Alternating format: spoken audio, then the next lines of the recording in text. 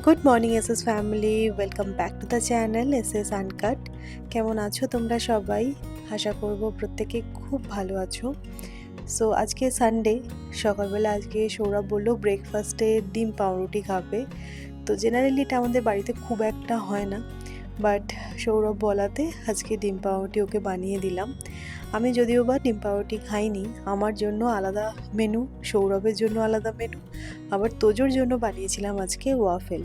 Recently এই waffle মেকারটা কিনেছি, আর তোজো কিন্তু ওয়াফেলটা খেতেও বেশ পছন্দ করছে, তো ওর জন্য ওয়াফেল বানিয়ে দিলাম। আর এটা হচ্ছে সৌরভের ব্রেকফাস্ট। তো এই যে সৌরভের ব্রেকফাস্ট হয়ে গেল, আমি ব্রেকফাস্ট করিনি, আমি আগে ভাবলাম যে গুছিয়ে নিই সব কিছু। তো তোমাদেরকে বলি, আজকে আমরা যাচ্ছি আমাদের এক বন্ধুর বাড়িতে, আমরা নাইট স্টে করব। ভেবেছিলাম কালকে রাত্রিবেলায় সব কিছু গুছিয়ে রাখবো, কিন্তু সেটা আর হয়নি। আর একদিনের জন্যই যাব, মানে আজকে রাত্রিটা থেকে কালকে সকালেই আমরা আবার ব্যাক করব।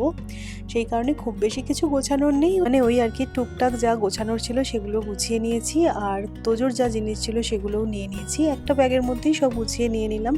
তারপরে আমি যেই সালোয়ার সেটটা পরে আজকে যাব বলে ডিসাইড করেছি, সেটা বার করে দেখলাম একেবারে রিঙ্কেল পড়ে গেছে।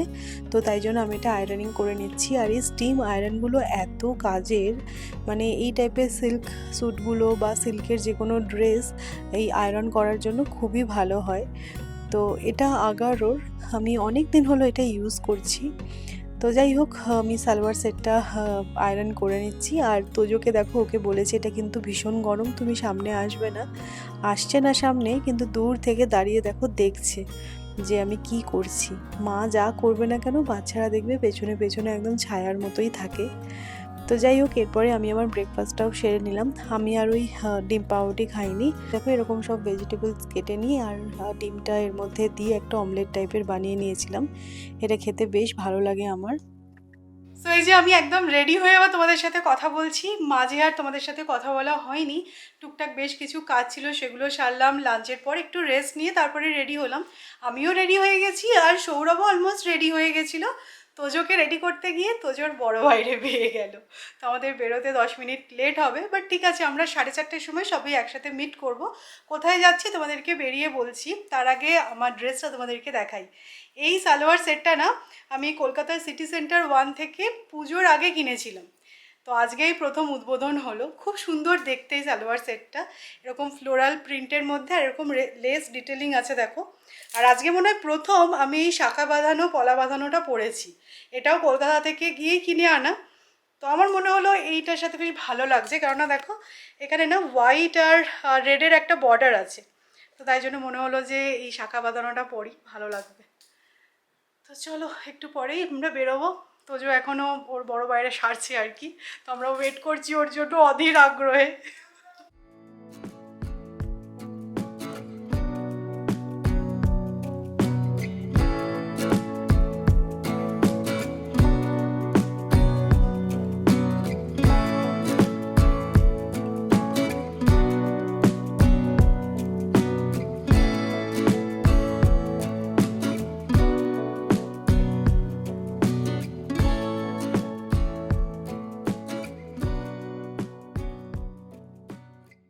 সো এই যে আমরা ফাইনালি বেরিয়ে পড়েছি। খুব যে একটা লেট হয়েছে সেরকমটা নয়, একদম ঠিকঠাক টাইমেই আমরা আছি।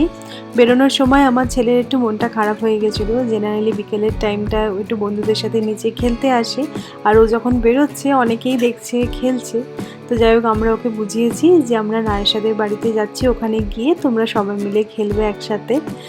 তো অ্যাকচুয়ালি ময়ূরীদের সাথে আমাদের বন্ধুত্ব অনেক দিনেরই, আর নায়েশা আর তোজো হচ্ছে একদমই সেম এজের। তো সেই কারণে ওদের বেশ ভালো পটেও। আর তার সাথে তো এখন আমাদের একটা খুদে মেম্বারও হয়েছে, গোলু। ওর বয়স এই 8 মাস।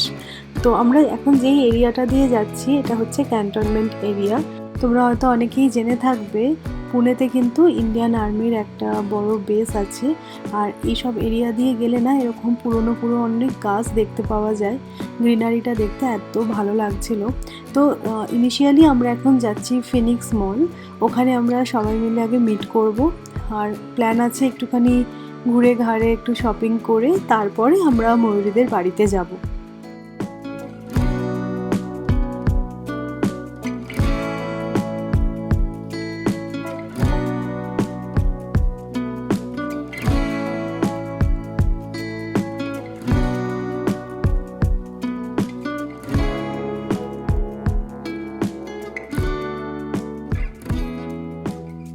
আমরা এই খানিকক্ষণ হলো পৌঁছেছি, তো সমুদ্রের আরো মিনিট 10-15 লাগবে আসতে। এদিক ওদিক টুকটাক ঘোরাঘুরি করছি। আমার তাই মনে করছে আগে যখন আমাদের বাড়ির সামনে ফিনিক্স হয়নি, তখন এই ফিনিক্সটাই ছিল আমাদের ডেস্টিনেশন, তাই না? এখন আর আশাই হয় না এই ফিনিক্স। বহুদিন বাদে আসলাম। বাট আজকে যেহেতু স্যাটারডে, বেশ রাশ আছে, পার্কিং করতে 10-15 মিনিট প্রায় লেগে গেল। আসতেই তোজোকে কে একটা বেলুন দিয়ে দিয়েছে। তোজো, তোমার হাতে কি এটা? হ্যাঁ, বেলুন।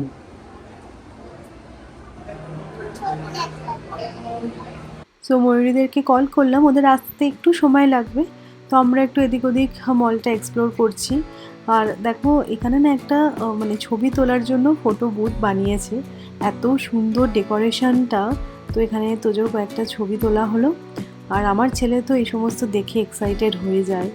তো আজকে স্যাটারডে বলে কিনা জানি না এত ভিড়, মানে কি করব কি না করব বুঝতেই পারছি না। আজকে আর ওদের বাড়িতে নিয়ে যাওয়ার জন্য মিষ্টি কিনে নিই, তো কী নেব করতে করতে মনে হলো তাহলে কুকিম্যান থেকেই কুকিজ নিয়ে যাওয়া যাক। তো এটা তো ভালোই লাগে, আর এখানে একদম ফ্রেশলি বেকড কুকিজগুলো থাকে, তো সেই জন্য ওদের বাড়ির জন্য এইগুলোই নিয়ে নিয়েছি। ওরা তখনও আসেনি, তাই ভাবলাম যে আগে নিয়ে নেওয়া যাক।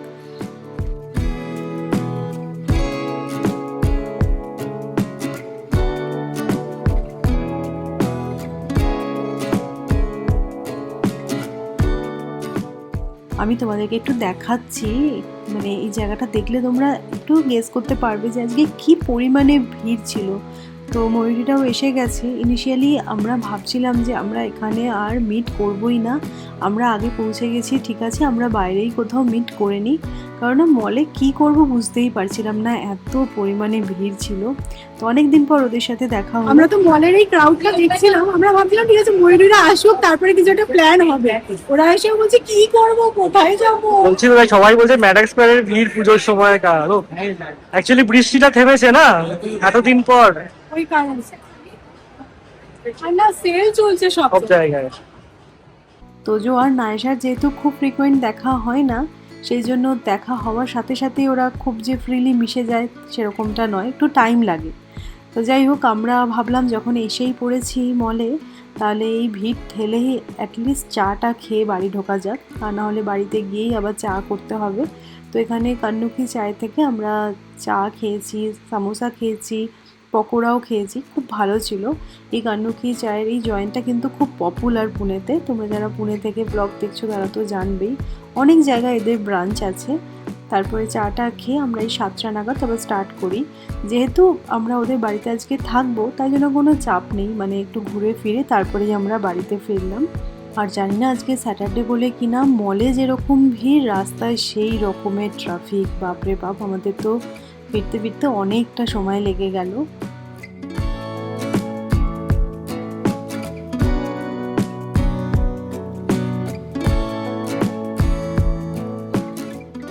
সো ওদের বাড়িতে এসে আড্ডা যেরকম চলছে, তার পাশাপাশি আর কি ফ্রেশ হয়ে আগে বাচ্চাদেরকে খাইয়ে নেওয়া হলো, কারণ বলছিলাম এই যে ট্রাফিক ছিল আমাদের ফিরতে ফিরতেও একটু সময় লেগে গেছে, আর বাচ্চাদেরকে খাইয়ে ওদের রেডি করে নিতে পারলে কি হাতে একটু সময় পাওয়া যাবে, তারপরে একটু আমরা আড্ডা দিতে পারবো।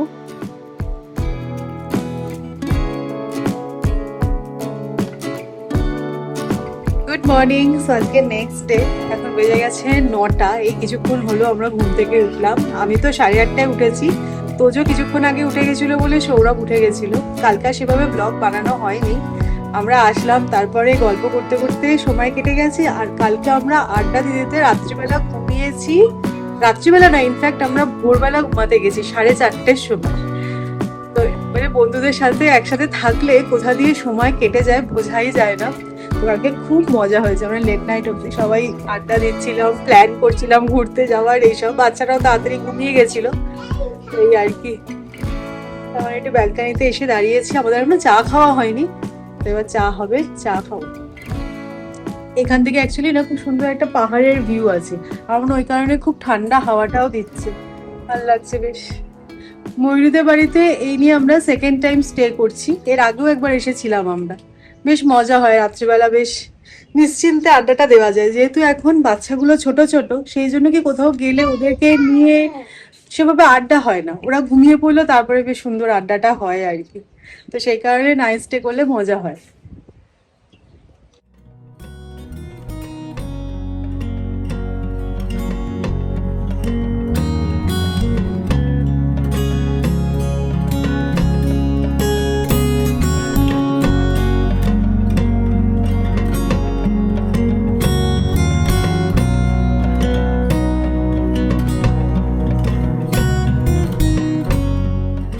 আমি জানি না তোমরা কতটা বুঝতে পারছো, কি লেভেলের হাওয়া দিচ্ছে শুধু দেখো। আমার কথাও তোমরা বুঝতে পারবে বলে মনে হচ্ছে না। আর এখন বেজেছি 12:30, আমরা এবার স্টার্ট করছি। মানে ওরা অনেক করে লাঞ্চ করে যেতে বলছিল, হ্যাঁ, যা হয় আর কি, মানে কালকে নাইট আউট হয়েছে, তারপরে বাড়ি গিয়ে লাঞ্চ টাঞ্চ করে আরামসে ঘুমবো সেরকমই plan। আর এখনো যেন খাওয়ার ঠিক সেই হ্যাঁ, শুধু ব্যাপারটা শুধু আজকে আসেনি। অনেক রাত্রি হয়ে গেছে, 4:30 বেজে গেছিল। কালকে খুব ভালো বিরিয়ানি খেলাম, তো এই আর কি। চলো এবার আমরা স্টার্ট করছি। আর ময়ূরীদের বাড়িতে অ্যাকচুয়ালি আমাদের বাড়ি থেকে অনেকটা দূর, আমাদের যেতেও অনেকটা সময় লাগবে। তো সেই কারণে একটু হাতে সময় নিয়েই বেরোচ্ছি। হয়তো হয়তো এখান থেকে লাঞ্চ করে বেরোনো যেত, বাট ঠিক আছে চলো আবার আসবো লাস্টের দিকে। এই বাচ্চাদের মানে এই যখন একসাথে থাকে সবাই মিলে ঝামেলা করে, কান্নাকাটি এটা ওটা সেটা বায়না, কিন্তু যখন চলে আসে তখন কিন্তু দুজনের মধ্যে বেশ দেখছি মানে নাইশাও একটু কাঁদছে, তোজো বলছে যাবো না আসবো না, যা হয় আর কি বাচ্চাদের। চলো আমরা আবার আসবো নাইশাদের বাড়ি, হ্যাঁ নাইশা যাবে আমাদের বাড়ি, চলো। চলো। হ্যাঁ ওকে বলা হয়েছে ও স্কুল থেকে আসবে। স্কুল করে আসবে, চল কুল করে আসছি দাদা, হ্যাঁ আমি কুল করে আসছি। ঠিক আছে, নাইশাও আসবে বলেছে আমাদের বাড়ি জানো। হাতের নাম চলো আহ, আহ, ঠিক আছে আমাকে ধরতে পেরে বসো। তো আমরা এই জাস্ট স্টার্ট করলাম, তো আমরা এটাই আলোচনা করছিলাম ময়ূরীদের এই ফ্ল্যাটে কিন্তু এই লাস্ট বার আমরা মিট করছি। ওরা অ্যাকচুয়ালি নেক্সট মান্থে ওদের নতুন বাড়িতে শিফট করে যাচ্ছে। এরপর থেকে যখনই দেখা হবে, আড্ডা হবে, নাইট স্টে হবে, তখন ওদের ওই নতুন ফ্ল্যাটেই হবে। তো সেটাই লাস্ট বারের মতো এই ফ্ল্যাটে আমরা আড্ডা দিলাম। Good evening. সো বাড়ি ফিরে আমাদের প্রত্যেকের এত টায়ার্ড লাগছিল, তোজোকে খাইয়ে আমাদের তো লাঞ্চ বানানোই ছিল, খাওয়া দাওয়া সেরে তিনজনেই একটা সলিড ঘুম দিলাম। তখন বেজেছে 6:30। তো খুব ভালো কাটলো এই উইকেন্ডটা, বন্ধুদের বাড়িতে আউটিং, তো আড্ডা টাড্ডা হলো, খুব মজা হলো আর কি। আজকে তোজোর মাসি আসেনি, তো সেই জন্য তোজোকে নিয়ে নিচে একটু তোজোর বাবা গেল, এখন আমি একটু উপরে কাজ করবো, মানে রান্না টান্না আছে তোজোর জন্য, খাবার বানাতে হবে, তো সেগুলো তাড়াতাড়ি করে সেরে নেবো। এত দরকার ছিল এই ঘুমটার না, কালকে অত রাত অব্দি জাগা হয়েছে, আর আজকে সকাল সকাল উঠে পড়া হয়েছে, বাচ্চারা উঠে গেছে যেহেতু। তো যাই হোক, ঘুমিয়ে এখন ফ্রেশ লাগছে। তো চলো আজকে ব্লগটা এই পর্যন্তই, হোপফুলি তোমাদের ভালো লেগেছে। তো ছোটখাটো ভাবে আজকের এই একটা ব্লগ তোমাদের সাথে শেয়ার করলাম। তো নেক্সট আবার একটা ইন্টারেস্টিং ব্লগে দেখা হবে, ততক্ষণের জন্য টাটা।